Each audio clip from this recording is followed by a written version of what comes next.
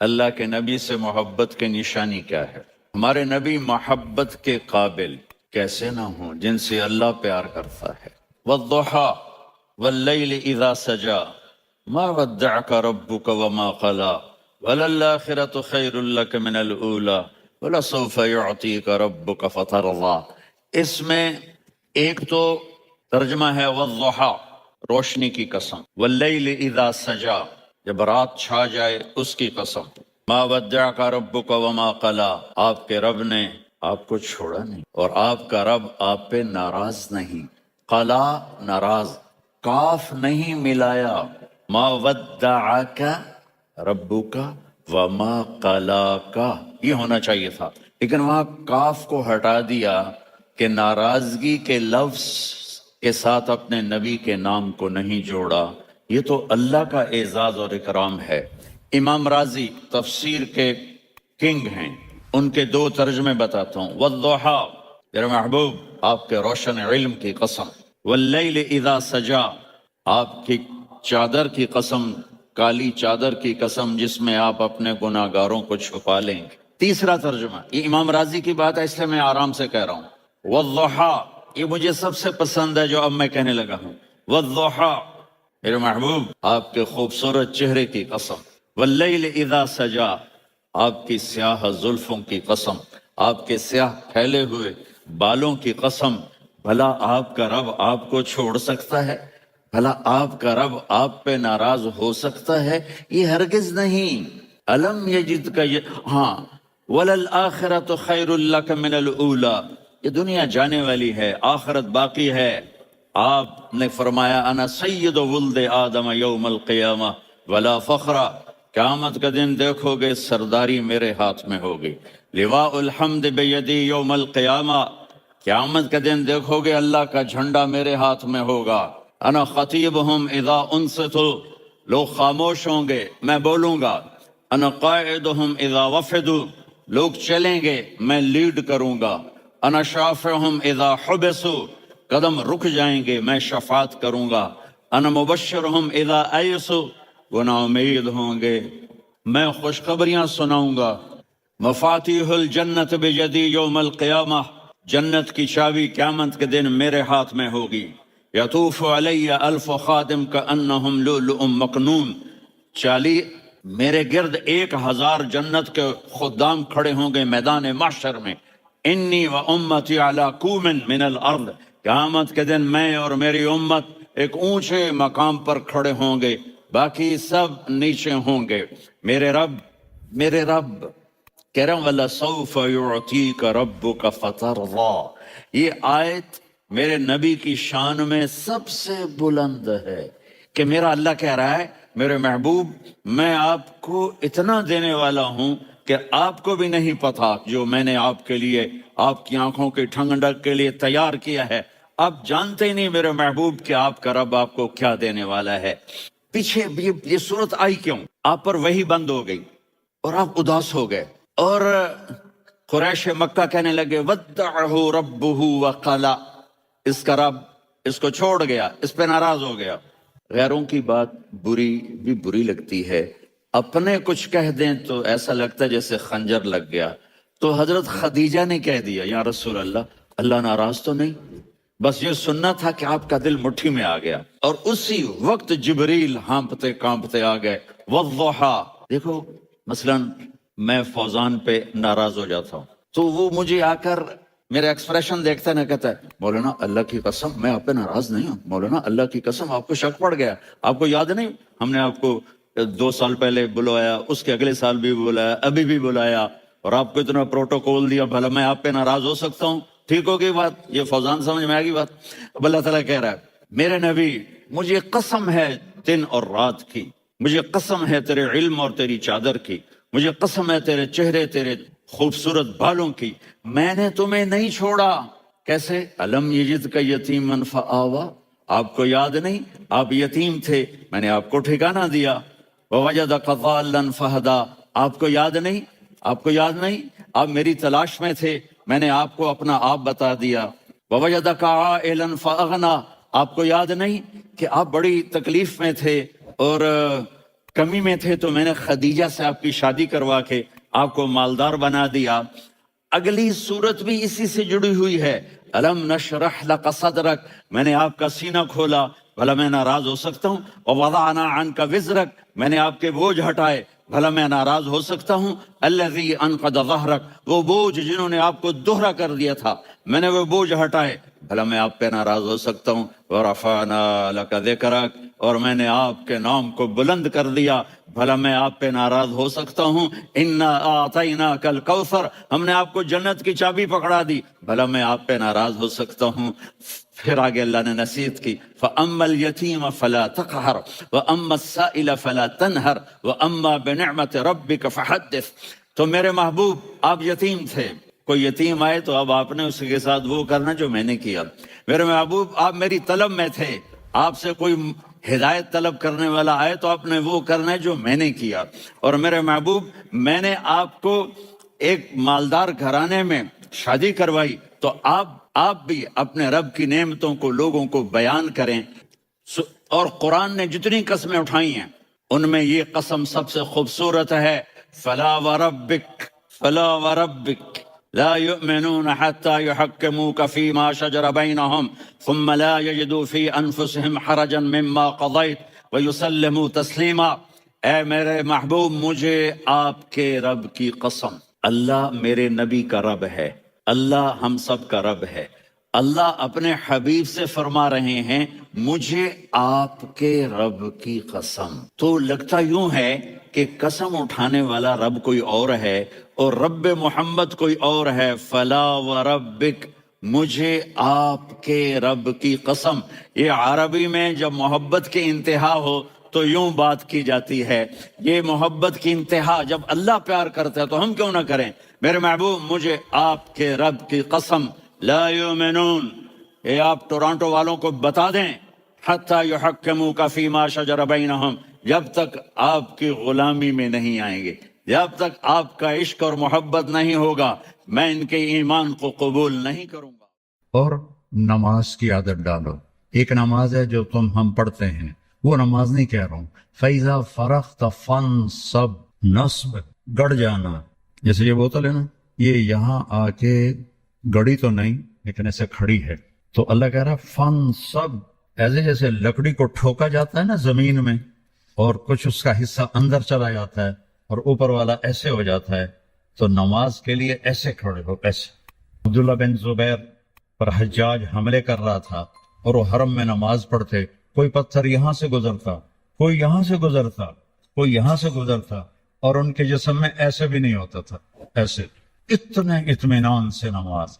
وَإِلَىٰ رَبِّكَ بولو فَارْغَب، رغبت کی نماز، نماز میں دل لگے، نماز میں کھڑے ہو جاؤ، نماز میں کا انتظار کرو، نماز کو اپنے مسائل کے حل ہونے کا ذریعہ بناؤ، نماز میں دعائیں مانگنا سیکھو۔ ہم دعا نہیں مانگتے، دعائیں مانگنا سیکھو، یہ بہت بڑا سبب ہے۔ اسباب ظاہریہ اختیار کرو اور نماز کو سب سے بڑا سبب بناؤ۔ اذا حزبہ امر فزع الی الصلاۃ، جب کوئی مشکل آتی تھی آپ نماز پڑھتے تھے، جب کوئی مشکل آتی تھی آپ نماز پڑھتے تھے۔ 3 دن گزر گئے، کھانے کو کچھ نہیں ملا، تو حضرت عائشہ سے کہنے لگے چلو آج میں اللہ سے جا کے بات کرتا ہوں۔ مسجد میں گیا، نفل شروع کر دی، ایک ستون کے پیچھے 2 نفل پڑھتے، پھر سلام پھیر کے دوسرا ستون، اللہ اکبر، پھر سلام پھیرا تیسرا ستون، اللہ اکبر، پڑھے جا رہے ہیں۔ اتنے میں حضرت عثمان آئے، اما جان اللہ کے نبی کہاں ہیں؟ ان کا 3 دن سے فاقہ تھا، اللہ سے مانگنے گئے تو ہزاروں قطار رونے لگے، مجھے کیوں نہ کہا، عبد الرحمن بن عوف کو کیوں نہ کہا، ثابت بن قیس کو کیوں نہ کہا، یہ سارے مالدار تھے۔ بھاگے بھاگے گھر گئے، پورا اونٹ بھر کے راشن کا لے کر آئے اور آ کر وہاں اللہ کے نبی کے گھر اتارا، اور پھر بھاگے بھاگے گئے اور گھر میں جو سالن تیار ہو گیا تھا وہ اٹھا کے لائے اور روٹیاں اٹھا کے لائے اور آ کر دیا کہ پکانے میں دیر لگے گی۔ جب اللہ کے نبی واپس آئے، پوچھا عائشہ کچھ ہوا؟ کہ یہ دیکھیں اللہ تعالیٰ نے سب کچھ کر دیا ہے۔ کہ یہ کون لایا ہے؟ کہ یہ عثمان لایا ہے۔ تو آپ نے ایسے ہاتھ اٹھائے، اے اللہ میں عثمان سے راضی ہوں، تو بھی اس سے راضی ہو جا۔ اے اللہ میں عثمان سے راضی ہوں، تو بھی اس سے راضی ہو جا۔ اے اللہ میں عثمان سے راضی ہوں، تو بھی اس سے راضی ہو جا۔ تو نماز کو اپنا وظیفہ بناؤ۔ یہ آج کل کے یہ سوشل میڈیا اور بہت سے ایسے نادان لوگ یہ وظیفہ پڑھو، یہ وظیفے پڑھو، یہ پڑھو، یہ پڑھو، یہ سب فضولیات ہیں۔ سب سے بڑا وظیفہ نماز ہے اور دعا ہے۔ سب سے بڑا وظیفہ نماز ہے اور دعا ہے۔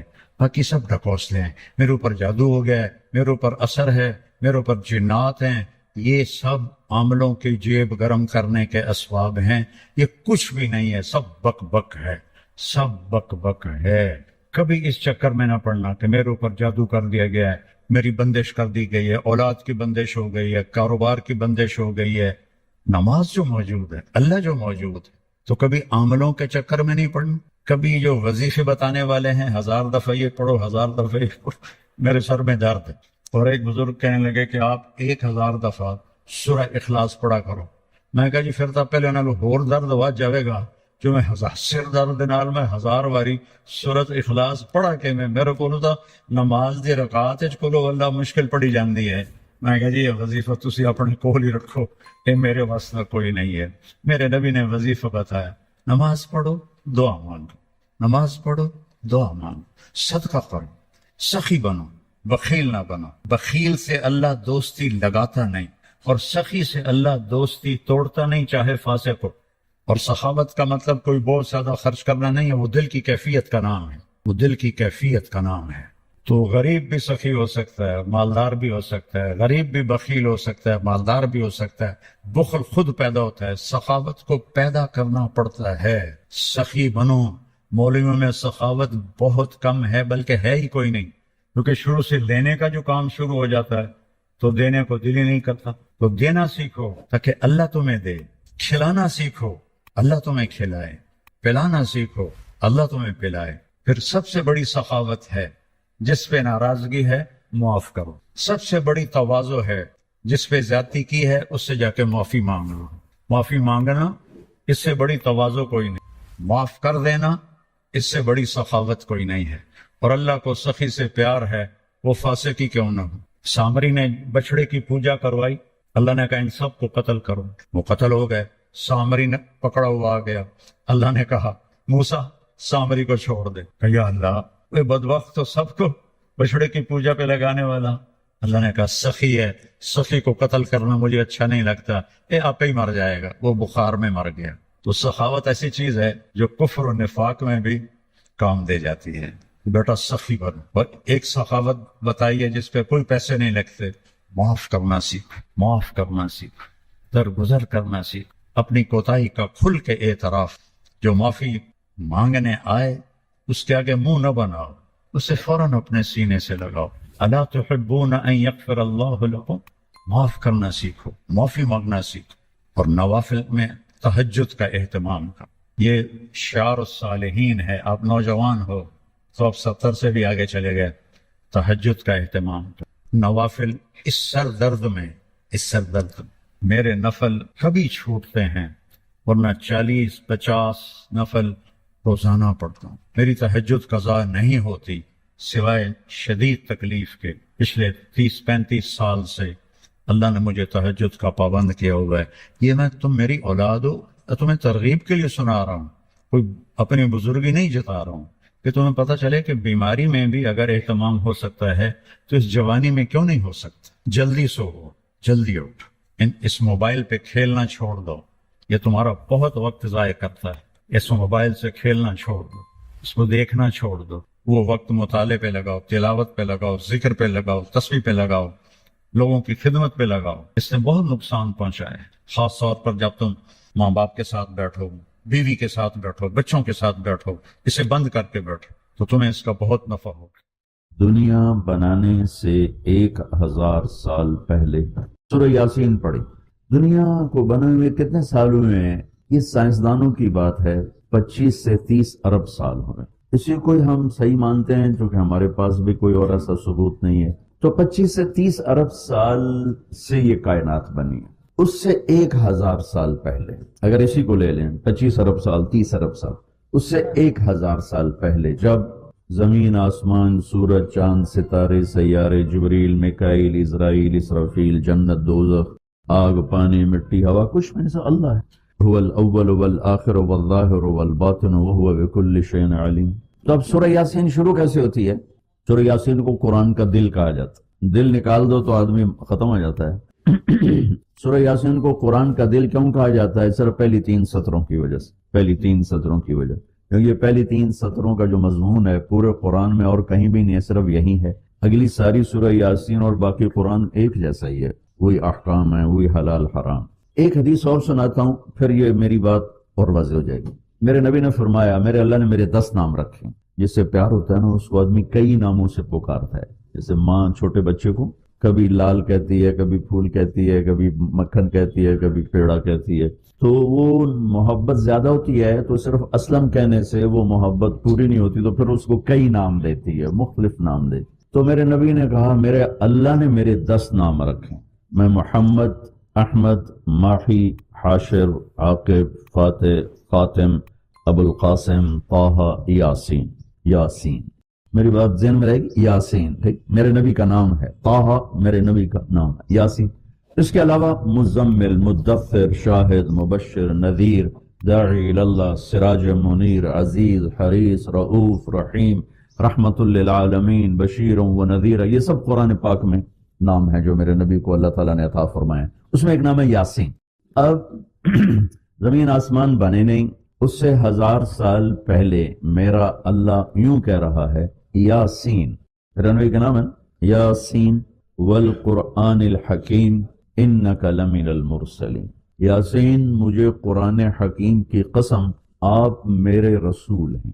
کوئی سامنے کھڑا ہوا ہے، موجود ہے، اگر کوئی سامنے نہ ہو اور صرف خبر دی جائے کہ ایک میرے رسول آنے والے ہیں، پھر قرآن ہوتا یاسین والقرآن الحکیم انہو لمن المرسلین۔ وہ ایک آئے گا، وہ میرا رسول ہے، وہ آ چکا ہے، وہ سامنے ہے، اور اللہ ان کو دیکھ کے کہہ رہے ہیں انک لمن المرسلین، آپ میرے عالی شان رسول ہیں، علی صراط مستقیم، اور آپ سیدھے راستے پر ہیں۔ یہ 3 جملے ہیں جو قرآن کا دل بنا رہے ہیں سورہ یاسین کو، کیونکہ رسالت نکال دو تو پیچھے تو کفر ہی کفر۔ تو اس ہستی کو وجود بخشا جسے سب سے زیادہ پیار کیا۔ جب آدم علیہ السلام اور اماں جان کا نکاح ہوا جنت میں حوا علیہ السلام، تو اللہ تعالیٰ نے فرمایا کہ آدم اپنی بیگم کو مہر ادا کرو۔ مہر اس وقت سے چلا، تو انہوں نے پوچھا کیا مہر ادا کروں؟ تو اللہ تعالیٰ نے فرمایا کہ تیری نسل میں میرا آخری نبی آنے والا ہے، اس پہ ایک دفعہ درود شریف پڑھ دو، یہی اس کا مہر ہے۔ یہ تیری بیگم کا مہر ہے کہ میرے محبوب پہ ایک دفعہ درود پڑھ دے، بس یہ مہر ہے۔ تو آدم علیہ السلام بھی سوچ میں پڑ گئے کہ یہ کون ہے جو میری نسل میں ہے اور مجھے اس پہ درود پڑھنے کا حکم دیا جا رہا۔ یہ ہمارے اوپر اللہ کا احسان ہوا کہ اس نے ہمیں ایک عالی شان نبی کا امتی بنایا۔ سب کی نبوت آئی اور چلی گئی، آئی اور چلی گئی، آئی اور چلی گئی۔ یہ جو ڈی پی او ہے، ڈی سی او ہے، آتا ہے، اس کی نیم پلیٹ لگتی ہے، جب وہ اس کا ٹرانسفر ہوتا ہے تو نئی پلیٹ لگ جاتی ہے۔ آپ معراج پہ تھے، اللہ سے بات کر رہے تھے کہ یا اللہ، آپ نے ابراہیم علیہ السلام کو خلیل بنایا، موسیٰ علیہ السلام کو کلیم بنایا، داؤد علیہ السلام کو لوہا نرم کر کے دیا، سلیمان علیہ السلام کو ہوا تابع کر کے دی، عیسیٰ علیہ السلام کو مردے زندہ کرنے کا معجزہ دیا، میرے لیے کیا ہے؟ فماذا جعلت لی؟ تو اللہ تعالیٰ نے کہا میرے محبوب اولیس قد اعطیتک افضل من ذلک کلہ، میں نے آپ کو وہ دیا جو کسی کو بھی نہیں دیا، آپ کو میں نے وہ دیا ہے جو کسی کو نہیں دیا۔ یہ لوگ کیا ہے کہ تیرا میرا نام اکٹھا ہو گیا ہے، جدا نہیں ہو سکتا۔ لا الہ الا اللہ کے ساتھ آدم رسول اللہ بھی لگا، لا الہ الا اللہ کے ساتھ نوح رسول اللہ بھی لگا، ابراہیم بھی لگا، اور اسماعیل بھی، اور اسحاق بھی، یعقوب بھی، یوسف بھی، موسیٰ بھی، ہارون بھی، یوشع بھی، یونس بھی، یحییٰ بھی، زکریا بھی، داود بھی، سلیمان بھی، سارے نا پر جیسے ٹرانسفر ہو گیا، چلو جی پلیٹ بدلو، نیا آ گیا، ٹرانسفر ہو گیا، چلو بھائی پلیٹ بدلو، نیا آ گیا۔ اللہ نے کہا میرے محبوب یہ جو میں نے اپنے نام کے ساتھ تیرا نام جوڑا ہے نا، اسے قیامت کا دھماکہ بھی نہیں جدا کر سکے۔ لا الہ الا اللہ محمد رسول اللہ ذکرت الا ذکرت معی، قیامت تک تیرا میرا نام اکٹھا ہوگا، جدا نہیں ہو سکتا۔ اور اللہ نے بڑی خوبصورت مناسبت پیدا کی، اللہ کے لفظ میں نقطہ کوئی نہیں، محمد کے لفظ میں نقطہ کوئی نہیں، احمد کے لفظ میں نقطہ کوئی نہیں۔ علماء کہتے ہیں کہ جو نقطے والے حرف ہیں وہ کمزور ہیں، کیونکہ وہ نقطے کے محتاج، اور جو بغیر نقطے والے حرف ہیں وہ طاقتور ہیں۔ ان کو نقطے کی ضرورت کوئی. تو اللہ نے اپنے نام کے لیے کوئی نقطے والا حرف نہیں، اپنے حبیب کے لیے 2 نام قرآن میں آئے محمد و احمد، کوئی نقطہ نہیں. دوسری مناسبت، اللہ کے نام میں 4 حرف ہیں، الف لام لام ہا. محمد میں اللہ نے 4 حرف رکھے، میم ہا میم دال. احمد میں اللہ نے 4 حرف رکھے، الف ہا میم دال. تو اللہ نقطہ کوئی نہیں، محمد احمد نقطہ کوئی نہیں. اللہ 4 حرف ہیں، محمد اور احمد 4 حرف ہیں، یہ 12 ہو گئے. جب اللہ نے کلمہ جوڑا لا الہ الا اللہ محمد رسول اللہ، تو لا الہ الا اللہ میں بھی 12 حرف ہیں اور محمد الرسول اللہ میں بھی 12 حرف، طول کے ہمیں دی. تو اللہ تعالیٰ نے فرمایا کہ میرے محبوب آپ کو میں نے وہ دیا ہے جو کسی کو بھی نہیں دیا، کہ قیامت تک آپ کا نام میرے نام